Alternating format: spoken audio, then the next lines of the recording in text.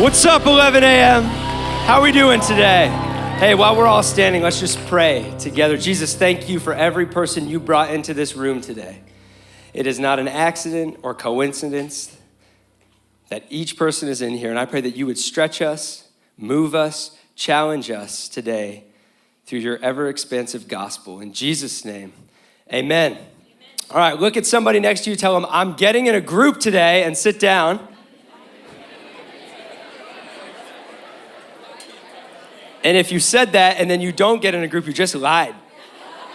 Don't do that. So many people in groups now. It's so easy. Hey, my name's Ethan. Welcome to church. If I haven't met you, I would love to meet you. And on a day like group launch, here's what I know is happening. There's a lot of people on the fence, maybe reluctant when it comes to the idea of a group. And I get that. We tell our story. It was a reluctant drive to a group in college that changed the trajectory of our lives for Doug and Ryan and myself, that we got invited to be in a group, didn't want to go, didn't want to be around Christian people. Anybody feel me on that? And that group changed our lives because we were all different. We all had different backgrounds and stories, but we challenged each other and grew together. And we are still in each other's corners to this day. A couple of us planted a church together, and we would have never guessed in that car what God would do with some people alongside us. And so I challenge you to get in a group. Get in a group. And if you are reluctant, I get it. I've been there, like I said. My guess is you may say, I've got a busy schedule. I've got a lot going on in my life. I can't add another thing to the calendar. But really deep down, if you're honest, it's because you know if you go join a group that you're going to be around people. And people are tough. People are challenging, right? We all have backstories and baggage. We all come with opinions, and you get some people in a circle, and sometimes things are uncomfortable. Sometimes you're challenged. And we as human beings, our tendency is to kind of just draw a circle of us. These are my people. I'm just gonna kind of stick here and not take any risks and go out there to them, everybody else. That's our tendency, that's our nature as human beings. And what I believe is that Jesus wants to change that in us, to not have this mentality of us and them, us versus them, us against the world. And I think we're gonna see some of his transformative power today. And so simply put, the title today is We Are For People. Now, that seems very self-explanatory when I say we are for people. And I thought that when I went into our staff meeting on Tuesday and told them the title of the sermon is We Are For People. And then I had to explain to them what I meant by that. So you're probably all smarter than our staff. But am I saying we are for people, F-O-U-R, as Emily may have thought? At the 5 p.m. service in our first year as a church, we were for people. And thankfully, you guys brought some friends. So I'm not saying F-O-U-R. Maybe you're listening on Spotify, and I don't know why I look to the camera. You can't see me, but not F-O-U-R. There would be no reason to give a sermon titled that. And Ryan, wherever you ran off to, am I saying we are for people, F-O-R-E, like bad golfers who have to yell for? Obviously not. I don't know why I would give a sermon about that, although I imagine we will probably find a metaphor out of this and utilize it at some point, but I'm not saying that, F-O-R-E. I'm just saying, as we all know and thought, we are for people, in favor of people, in support of people. Does everybody understand that? Okay. It went over a little better than the 9 a.m. Everyone was like, stop wasting our time, guy. Read the Bible. So, we are for people. That's who we are as a church and who we will strive to be. And we say a lot here, we are advocates for the Imago Dei. What that means is we believe every human being was created in the image of God. No matter what your life looks like, no matter what you've done, where you've been, you were created in the image of God. And so when you meet somebody, you are seeing a picture of God. He uniquely crafted them and put himself into the creation. And we value people as such. And so an advocate, the definition for an advocate, what does that mean? It's a person who pleads on someone else's behalf. Hey, I will surrender myself, my rights. I will make sacrifices. I will do what it takes to advocate for somebody else, for the image bearer that they are.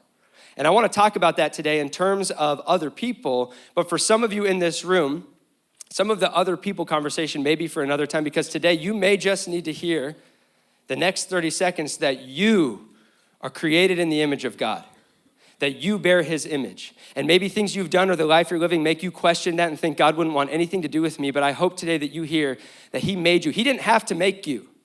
He chose to create you. He uniquely wired you, and he put some of himself into this beautiful creation that is you. And when you start to walk with that understanding, and you hear the goodness of the gospel and that he loves you enough not just to make you, but to save you by sending his son from all the reasons why you would think he doesn't want anything to do with you, when that starts to get into who you are, it starts to transform how you see other people. Because we draw circles and we say, those people over there, I don't have things in common with them, or I don't like them. They're out there for me. But you start to look at people and realize, oh no, but they are too created in the image of God. They're his kids. And my hope is that we would be people who move from this us versus them mentality and become advocates, that we would be for people. So I want to illustrate this to you today through a guy named Peter. He was one of Jesus' closest disciples, and he had this extreme us versus them mentality, just in his nature, but also in the time he lived in. And so the air that the Israelites had breathed through their history, if you read the Old Testament, it was very much us against them, us against the world. Warring nations, everybody wants to be superior to somebody else. And so Peter kind of grows up in that kind of mindset. Hey, it's us against everybody, but even within his own culture, there were all these groups of people. And if you read some history and context around the time Jesus was on earth, you just kind of get the gist of like, nobody liked anybody. Nobody trusted anybody. Nobody was for anybody else. It was just like my little circle here. And so Peter had this circle that we can label us. And I think when we make our circle of us, my people, it tends to be people who are like me, and then people that I like, and people who like me. And they're the people I'm comfortable being around. We tend to cling to what's familiar rather than lean into what's foreign to us and try to learn and grow and be stretched. Instead, we like to stick to us in our human nature. And so if we fill this in for Peter, here's who I would put in his circle. Family. He had a wife. We know that because Jesus healed his mother-in-law. And who knows how he felt about the in-laws, but he would say, it's my family. They're in my circle. Andrew, his brother, they started walking with Jesus together. And you would assume they were kind of on the same page and walking and growing together. And then I put James and John in here. I didn't put all the disciples because Peter wouldn't have liked most of them when he starts walking with Jesus. But James and John were fellow fishermen, grew up in the same area. So they were kind of like, hey, even if they were rivals, he'd say, we see the world the same way. So they can be in the circle. And then, of course, Jesus, he liked him enough to give up his whole life and walk with him. So this is his circle of us, okay? We all do this. And now let's put it in contrast with them for Peter. And this is not an exhaustive list, and I'll talk about some of these groups later, but there's all these different types of people that he's about to go interact with and watch Jesus interact with. That in his mind, these are people unlike me. So we don't have things in common, whether it's because we think differently or vote differently or we look different than each other for whatever reason. They're not like me. And there's a lot of people within that I don't like and that don't like me. So Peter is very much in this us versus them mentality. And I think there's a couple reasons that we as human beings develop this.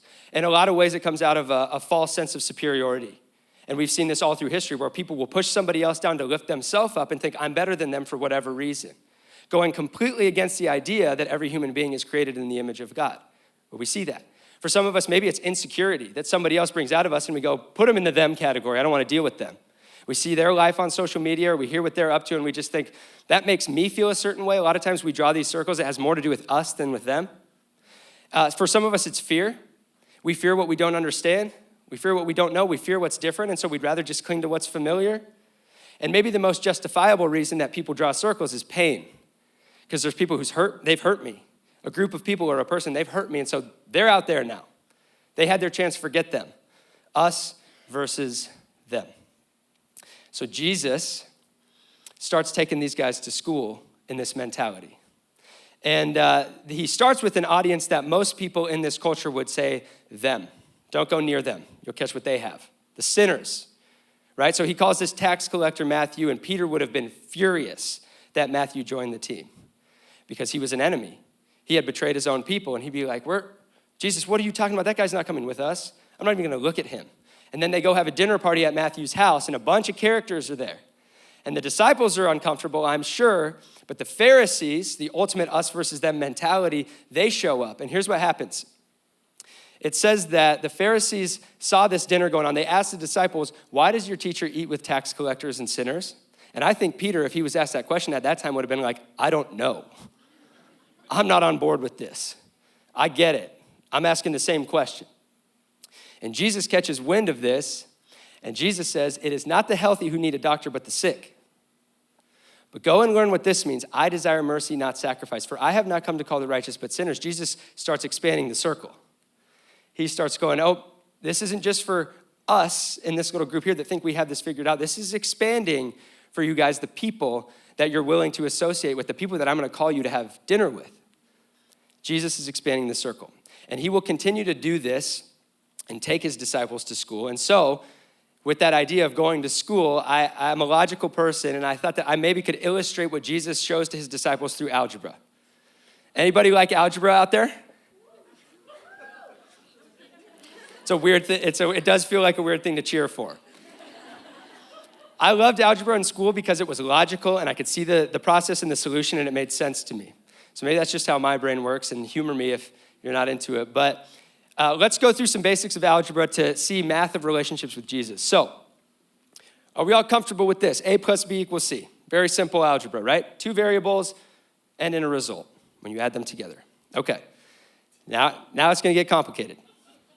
We have three equations, okay? All of them have A, the same variable. They all end in the same result. And if that's the case, what's true about these three different variables? They're the same. They have to have the same value.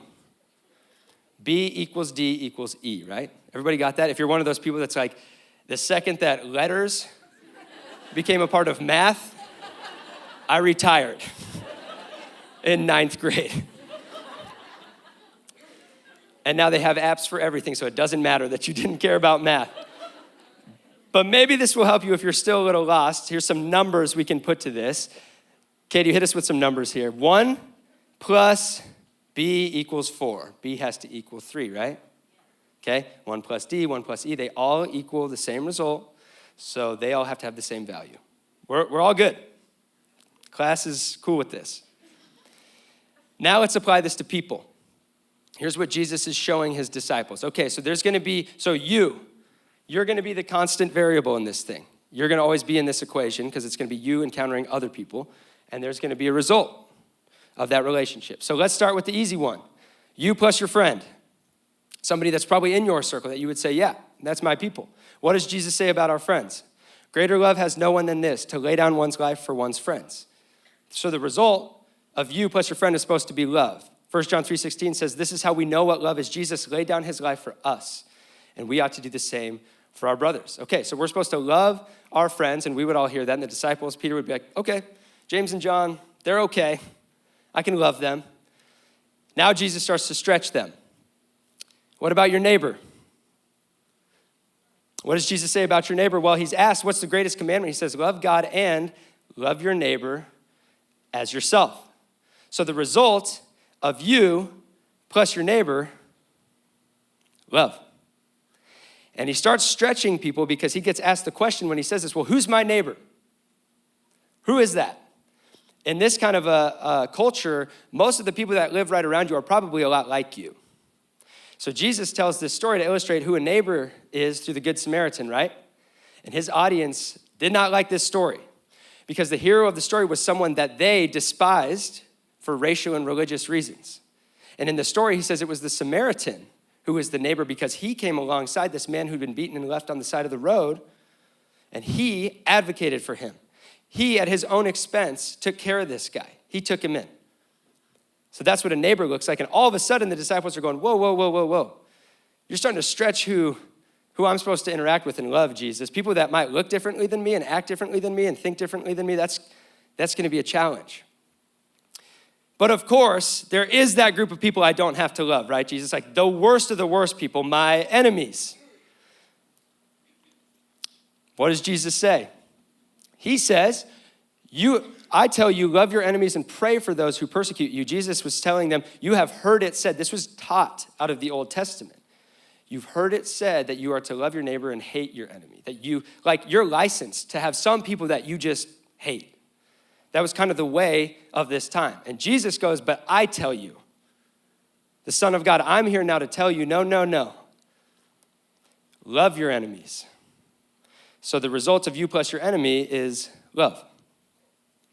So if we bring all of our math together in this proof of concept, what we see here is that we have had through this whole process, this consistent variable, 3 different variables, all with the same result, which means that your friend or your neighbor or your enemy all have the same value to Jesus. He says, call them what you may, you are called to love them. You can put whatever label you want on them, but I'm still gonna tell you to love them, to advocate for them because they're made in my image. They're my kids. A new command I give you, love one another. As I have loved you, so you must love one another. This is what Jesus' circle looked like. Jesus comes and brings everybody within himself. He's here for all people. And Peter is interacting and seeing all these groups that they're going to, and Jesus is healing. Right after Jesus said to love your enemies, he goes and heals somebody at the request of a Roman, the oppressors, the ultimate enemies. And his disciples would have been like, no way are we healing somebody for them. Forget those guys. They're our enemy. And Jesus is expanding the circle. We've got the rich and the poor. Of course, we know Jesus advocates for the poor and goes to them, but what about the rich? I see the story of the rich young ruler. Jesus is calling to the Imago Dei and this guy going, hey, there is so much more than the riches of this world. There are the riches of heaven that your soul crave. Walk with me. I've got more for you. I've got a bigger picture for your life. We've got rebels and Romans, a lot of political tension at that time, unrelatable for us in America right now, I'm sure. Nobody calls somebody an enemy because of their political disagreements here, right? A lot of people in this country, you know who the problem is? It's the liberals or it's the conservatives. If we could just get rid of them, this whole thing would work. They're the problem. And Jesus is going to all these different political groups and healing people and talking with them and seeing them as human beings. And everybody's like, whoa. How can you just be in the middle of all this and keep loving every single side? And we've got the lowest of the low. We talked about the tax collectors, the prostitutes, the adulterers, where everybody would say, like, they got themselves in that mess. Don't go near them. And Jesus goes and advocates for them, stands for the woman caught in adultery. This should intellectually just wreck us for the rest of our lives. Jesus washed Judas's feet before Judas went to betray him. I imagine Peter, even after the fact, was like, why did he do that? That's crazy.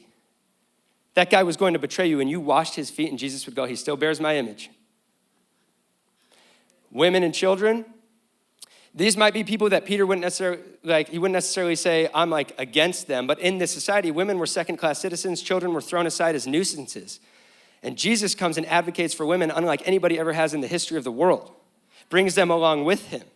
And so Peter, all of a sudden, his mind's being blown like, wait, they're part of us? Children, they're all the disciples like, keep them away from Jesus. He's got more important things to do. He goes, bring them to me.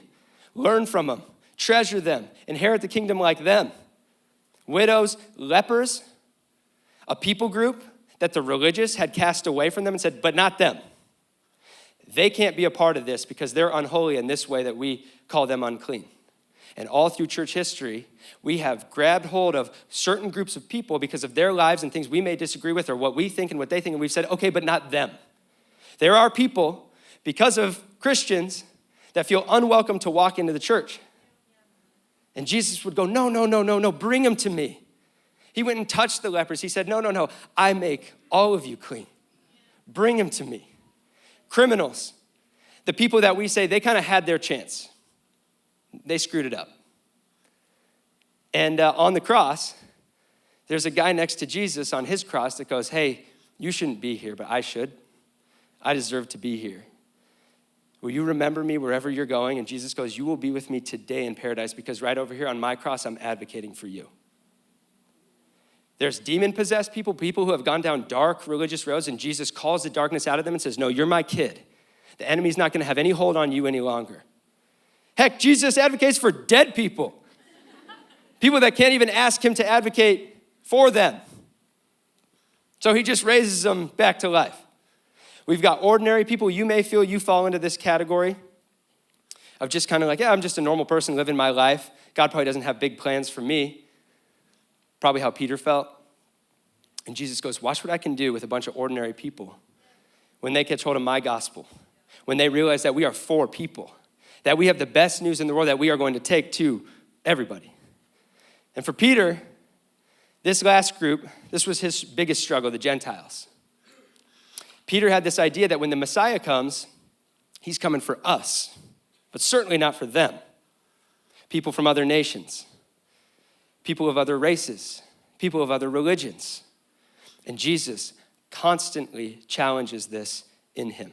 Constantly goes to people that he would say, you're not here for them though, right? They're so different than us. Their lifestyle's different than us. They look different than us. And Jesus goes, we're walking to their house right now. I'm going to talk to that Samaritan woman right now. This is who Jesus is. And so he has this posture of being for people that takes Peter a long time to grasp.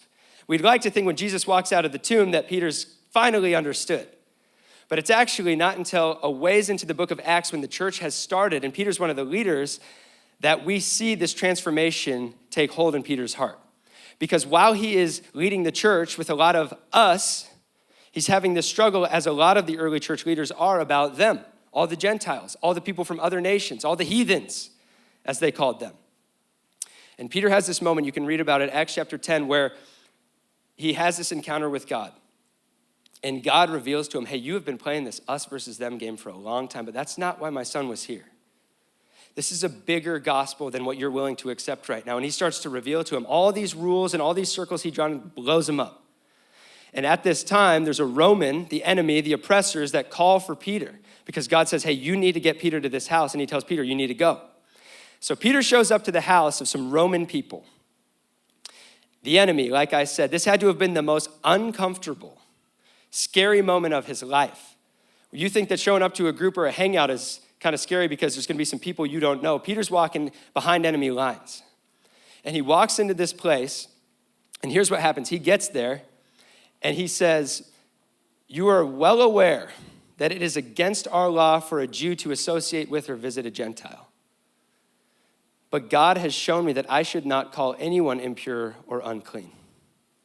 So when I was sent for, I came without raising any objection. May I ask why you sent for me? Peter's going, hey, everything within me, the entire way I grew up, goes against this moment.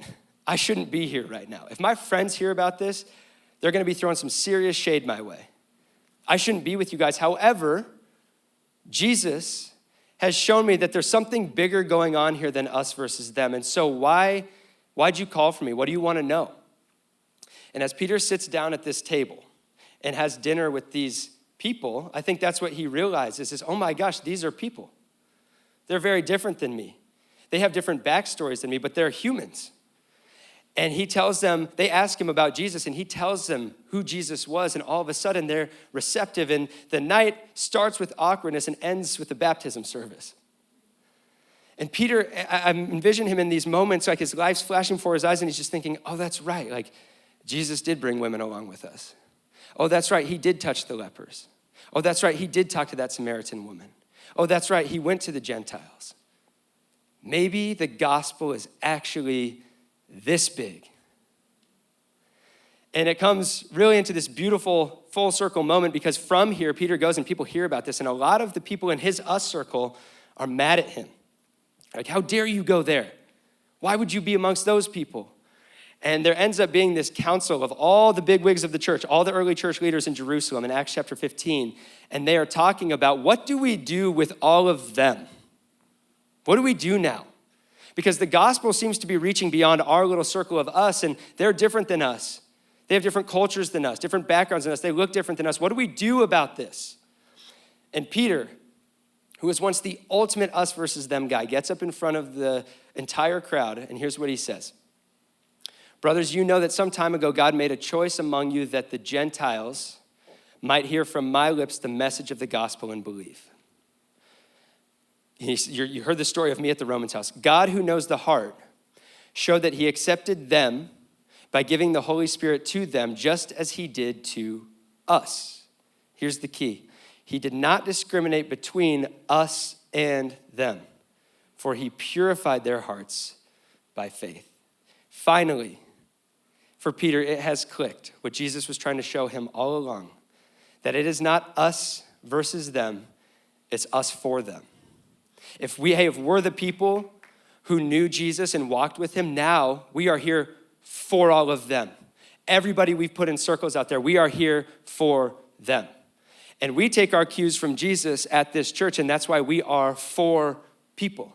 And that's why we will speak up for people. And we will also listen and learn. And when it comes to people and groups of people who are being treated as less than the imago Dei that's within them, when people are being marginalized and oppressed, we will speak up. That's why when our black brothers and sisters have not been experiencing the equality in this country that they deserve as image bearers, we will say something.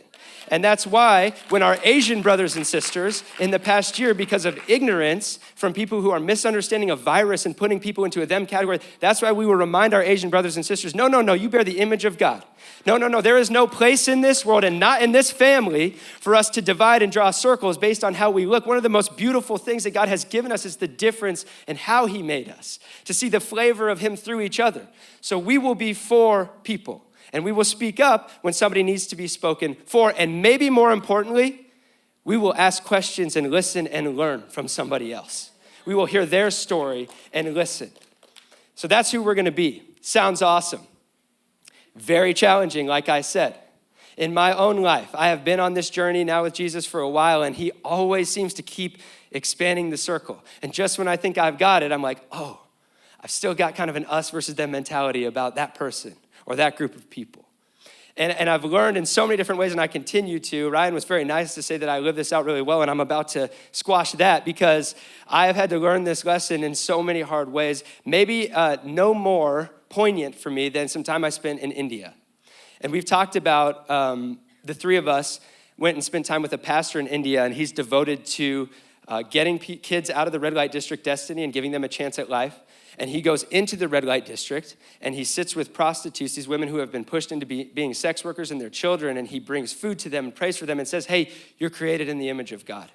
And maybe everybody else around you is not making you feel that way, but you are created in the image of God. So we went with him. And we were in the red light district a bunch while we were there.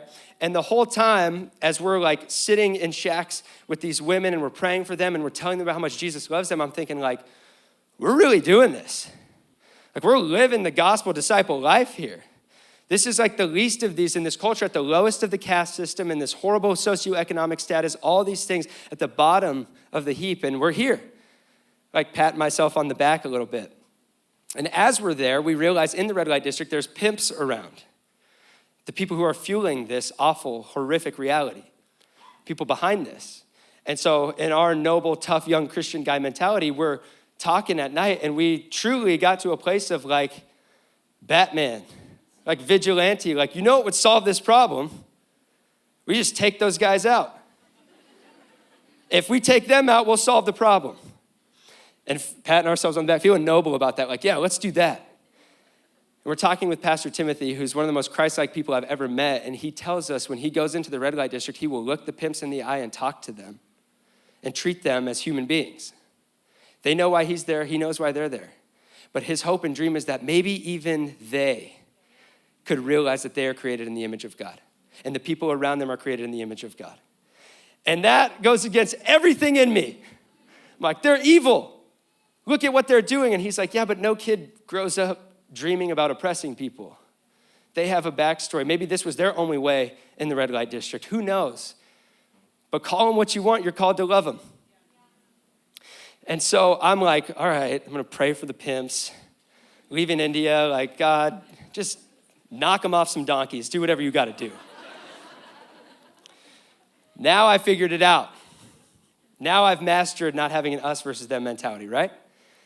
Normally when we think we've mastered being like Jesus, he challenges us and shows us that we haven't. So a couple years later, my wife and I went back to India with some friends. And we went into the red light district, and I told this story a long time ago at our church with some ridiculous photos, but these women, these sex workers pooled together to throw a little wedding celebration for us because we had just gotten married. It was one of the most beautiful, humbling moments of my life. And we're there singing and eating food, and they put some like traditional clothes on us, and it was so cool. So we go into town after that, and of course, everybody's like, who are they? And why are they dressed like that? We kind of stuck out. And so Timothy, the pastor, they come to him, they're like, who are these foreigners and why are they dressed like that? And the cool thing was, people were taking our picture. We actually got in the newspaper. There's my wife and I, so ridiculous. And it was a cool thing because ultimately what it led to was a lot of people asking Timothy, like, why would you take those people into the red light district? And he got to say, this is what my ministry is about, is there's these people in our society at the lowest of the low, and we're supposed to serve and love them. And it brought this great awareness and attention, and I thought, this is the coolest thing ever for everybody except for the Christians in town. The Christians caught wind of it, saw the newspaper, and we were supposed to go visit this church. And they called Timothy. We're going to go visit on Sunday. They called Timothy beforehand and say, hey, we saw the newspaper. We don't want you coming here with those people. How dare you go into an unholy place like that? How dare you go and eat with those people, with them? My wife got cornered by a woman when we visited a school who was from the church who goes, what were you thinking going and being around them? You know some of those women are Hindu? And I was furious. And I realized, okay, now I figured it out. I came here thinking the pimps were the problem, but you know what, church? You're the problem. So all of us who are doing this the right way and look just like Jesus and all these people trying to serve, we're gonna be in our circle and you guys can stay over there. Figured it out, right? Again, God revealing to me, no, this is them for you. And for a lot of my walk, my group has been the Pharisees, has been Christians, has been religious people who I think, oh, you make God look bad. Jesus, you probably don't want anything to do with them because they're not doing it how we're doing it. Even this week, I caught myself in things I think and say, and I was like, oh my gosh, I still carry this us versus them mentality towards other Christians. And I have felt justified in that, and you may have a different group of them. Maybe this will help you understand or see who yours are. But for me, I have felt justified in looking at religious and Pharisee-like people and seeing them, as the problem, because I always think, well, Jesus, those were your enemies, right? Like you kind of went after those guys. You went to bat and you argued with each other and you got in their faces and they're the ones who killed you. But Jesus always has a little checkmate on us when we think we've justified calling somebody an enemy that we wouldn't love. So on the cross, this group, them, the Pharisees, the ones not just making God look bad, the ones killing God out of their own arrogance and self-righteousness are killing God. And how does he respond? Jesus cries out and he says, Father, forgive them for they do not know what they're doing. This to me is the most powerful moment of advocacy that I think I've ever seen. Because Jesus is advocating to his Father for the very men that are killing him. And he's bringing this full circle for the Pharisees. When they hear this, he's going, hey, a long time ago I told you guys, I came for the sick. And you're sick. You just don't know it. Father, forgive them. They don't even know that they're sick with self-righteousness and religion. This sickness within them. Forgive them. I'm just sitting there at my chessboard and Jesus, checkmate. I'm like, even them? I think we ask ourselves and ask God that question a lot. Even them? Even those people? Really? And Jesus is always going, you could call them your friend, call them your neighbor, call them your enemy, called to love them, called to advocate for them, called to find a way to see the image of God within them, as hard as it might be. Now, my hope is that we would be people who expand our circle to the point that ultimately they just blow up. But the reality is that relationships and people are difficult. We've established that today. Don't have to make a case for that. And this is about a perspective and a mindset when it comes to being for people and expanding our circle. I'll illustrate it this way. My wife and I, the other night, were in a fight. I don't even know what it was about, of course, but we were sitting on two separate couches in our family room, sitting away from each other, not talking, TV's on, not saying a word. And as we're sitting there, I get a text from my wife. And I've been having some lower back pain, and so it's just this graphic she found with stretches that help with lower back pain. And texted me this in the middle of a fight. It was so disarming. I was laughing and I was thinking, really? I was probably a jerk. You're mad at me right now, and yet you're still texting me ways to improve my lower back pain problem. And what I realized in that moment is, hey, even when we're mad at each other, we're still for each other. Even when we still have frustration between each other, we're still for each other. And that's who we've got to be, to expand our circle. So I've got 2 questions for you. The first one is just, who's outside your circle? Be honest with yourself. There's a lot of times, like for me, where I was like, I don't even want to write that down, God, because then you're going to know that I have an us versus them mentality. And he's like, hey, the only way, yeah, he didn't know. The only way, like, yeah, kill the pimps and get the church out of here. He's like, yeah, I was able to grasp it from the way that you act. But the first step is just identifying this real reality in us that we draw circles. And there are people who may think differently than you, or look differently than you, or act differently than you, or vote differently than you, that you would put into another category.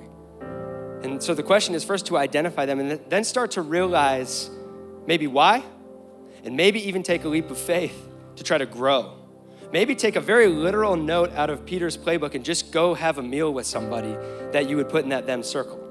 How about this as a ground rule? You don't get to decide how you feel about somebody or a group of people until you sit down and buy them lunch and ask to hear their story. Because when you hear somebody's story, it starts to change and you start to suddenly see them as God's kid, made in his image. Every mission trip I ever went on in college, I would make my roster as we're at the airport. I'm like, annoying, embarrassing, weird, don't talk to me. And then we'd sit around through the trip at night and hear people's testimonies, and I'd be like, I am the worst. Okay, maybe even you do rub me the wrong way, but my gosh, now that I know what you're walking through, all I want to do is just hug you and tell you that you're made in the image of God and Jesus came for you, that he loves you, that he advocated for you on the cross, and now I want to advocate for you too. The story of the woman at the well, the Samaritan woman that Jesus goes to, is mind-blowing to his disciples for all these reasons. And we hear that story, and one of the things that we pick out is when Jesus tells her, hey, I know that you've had a lot of husbands, that you've been living this life kind of jumping from husband to husband, and we tend to read that and be like, promiscuous, sleazy woman, went from man to man. I've heard that some scholars believe that actually the woman at the well was barren, couldn't have kids, in a culture when having a child was really the main purpose of a wife, and that husbands would just kick her out the door because she couldn't produce a child. And when you hear that, you're like, oh my gosh, I'm the worst. I made a judgment about you, just like the disciples, like, don't go be around her. And here's the deal. Even if she was a promiscuous woman, Jesus would have still met her at the well and gone, there's a backstory here too. There's a reason that you've gotten yourself in this situation. There are no boundaries for Jesus. So who is outside of your circle? And for some of you, you may have some people in mind, and there may be some relationships that are actually toxic and dangerous to you. And I'm not saying you have to be somebody's best friend or stay in that very unhealthy relationship. Sometimes advocating for the Imago Dei is a breakup of saying we're not bringing out the best in each other. But what I am saying is you can still pray for somebody from afar that they would one day realize that they are created in the image of God, maybe as much as they've hurt you, to seek to find forgiveness in your heart, to advocate for the fact that they are created in the image of God. So who is outside of your circle? And here's my other question. Can you be for someone without being against someone else? I don't have the answer to this, I'll be honest. Because what we do is we start to think like, I'm gonna advocate for them, and that means you guys are over there. Now you're in the them category. And we keep drawing circles. But Jesus had this amazing ability, and I only believe it's possible with his love within us, his spirit, to be for someone without being against somebody else. To even see people that we might call enemies in our advocacy and say, but they still bear the image of God. We may disagree. I may not like the way they think or act, but I'm still for people. So if you guys would stand to your feet as we worship, my challenge to you is to go to God and maybe ask him, hey, this week or today, would you give me a moment like Peter had? Would you expand my circle? Maybe even blow it up? Maybe I find myself sitting at a table that I have no business being at and realizing the gospel is this big. Jesus' love is this expansive. And call them what you want. You're called to love them, and that's who we're gonna be as a church family, for people. So Jesus, help us. We are broken, God. We draw circles. It's just in our nature, so would you help us? I pray that you would reveal to us right now people that are outside of our circle, that we'd be able to be honest with you and honest with ourselves, And would you create opportunities and conversations for us to learn and listen and see the backstory behind the person? Would you transform our hearts? Would you give us moments like Peter had to blow our minds with the goodness of your love, the magnitude of the gospel, that ultimately we would realize that this battle is not against flesh and blood, that we just don't have enemies, that everybody is your child and they're created in the image of God. And would we be people who advocate to people to make sure they know that, and for people when they're not being treated as such? Would you move right now? We give you this time of worship in Jesus' name, amen.